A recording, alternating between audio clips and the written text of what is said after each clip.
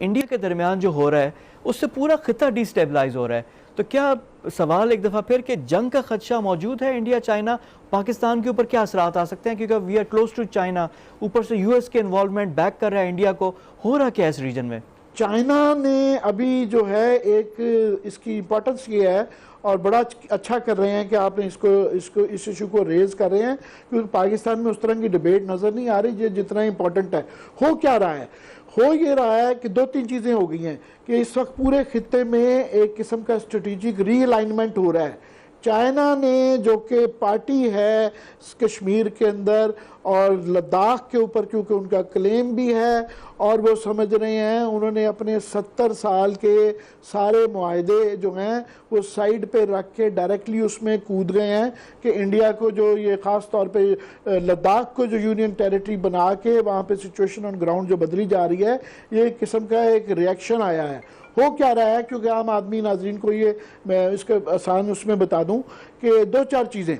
और ये कोई टैक्टिकल नहीं है कि ये आज से पहले जो इस तरह के हल्के बुल्के बॉर्डर के जो स्कर्मिशेस हो जाती थी, लड़ाइयाँ हो जाती थी, ये उस तरह की नहीं है। ये एक स्ट्रेटेजिक सोची समझी चाइना की मूव है और इस पर हमें ख़ास तौर पे बहुत ज़्यादा नज़र रखने की ज़रूरत है, क्योंकि हम डायरेक्टली इससे इफ़ेक्ट होते हैं। पैनगोंग लेक है, एक हॉट स्प्रिंग्स हैं, मगर हमारे लिए जो सबसे ज़्यादा इम्पोर्टेंट है वो जो ये गलवान वैली के पास जहाँ पे ये भी रोड बन रहा था, जहाँ पे बेस बना रहा था उन्होंने। जी बिल्कुल बिल्कुल, वो बेस नहीं सिर्फ बन रहा, हो ये रहा था कि हिंदुस्तान ने पिछले 20 साल में वहाँ एक सड़क बना ली है जिसे जो कहलाती है दारबूक से लेके वो एक बेस जो है वो दौलत बेग ओल्डी डीबीओ कहते हैं, वो उसको बना रहे हैं। ये डीबीओ जो बेस है ये बिल्कुल जो है सियाचिन की बेस पे समझ लें, और ये 8 किलोमीटर फासला है इसका कराकोरम पास से। कराकोरम पास जो है ये सियाचिन की ईस्टर्न कॉर्नर है, और हमने जब 63 के अंदर जो चाइना के साथ बाउंड्री का जो मायदा किया था उसके अंदर ये वो जगह थी जहां हिंदुस्तान, चाइना और पाकिस्तान का बॉर्डर मिलता था। तो ये बिल्कुल उसके करीब जो है हिंदुस्तान ने जो है सारी जो सिचुएशन जो है लद्दाख की बदलने की कोशिश की हुई है कि ख़ास तौर पे ये जो सड़क है, तो चाइना ने क्या किया है कि उन्होंने ये गलवान रिवर यूँ आके लगता है इसकी शायोक रिवर के साथ, तो शायोक रिवर के साथ ये 250 किलोमीटर की सड़क बनाई, और उसके बाद पिछले साल जो इनके डिफेंस मिनिस्टर राजनाथ सिंह साहब इसको इनाग्रेट किया। तो ये उन्होंने वहाँ पे हाइट्स पे आके वो इनका जो सारा मंसूबा था जो कि हमें डायरेक्टली सियाचिन को भी इफेक्ट करता था।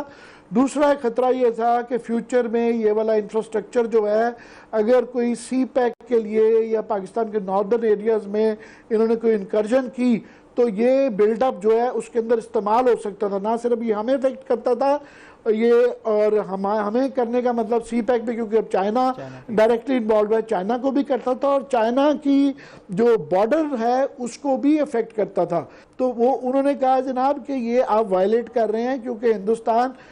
लद्दाख के अंदर ख़ास तौर पे कुछ 300 किलोमीटर की सड़कें बना रहा है, फिर एक रेलवे लाइन का भी मंसूबा है, फिर ये एक सड़क बना दी है, फिर एक पैनगोंग लेक के पास एक सड़क बना रही है। तो ये जो बिल्डअप इंफ्रास्ट्रक्चर का किया जा रहा था, चाइना ने ये इस बात का फाइनली फैसला कर लिया है कि हिंदुस्तान जो है वो किसी सूरत में भी इनका जो लार्जर प्रोजेक्ट है, चाइना ने क्योंकि अपना सारा कुछ दाव BRI जो बेल्ट एंड रोड इनिशिएटिव है, जिसका सी पैक हमारा एक कॉरिडोर एक हिस्सा है, उस तरह के 5 और कॉरिडोर्स भी हैं। तो उन्होंने अपना सारा दाव लगा दिया है कि 1949 से लेके 2049 में उन्होंने 100 साल में उसको वो चाहते हैं कि अपनी 100 साल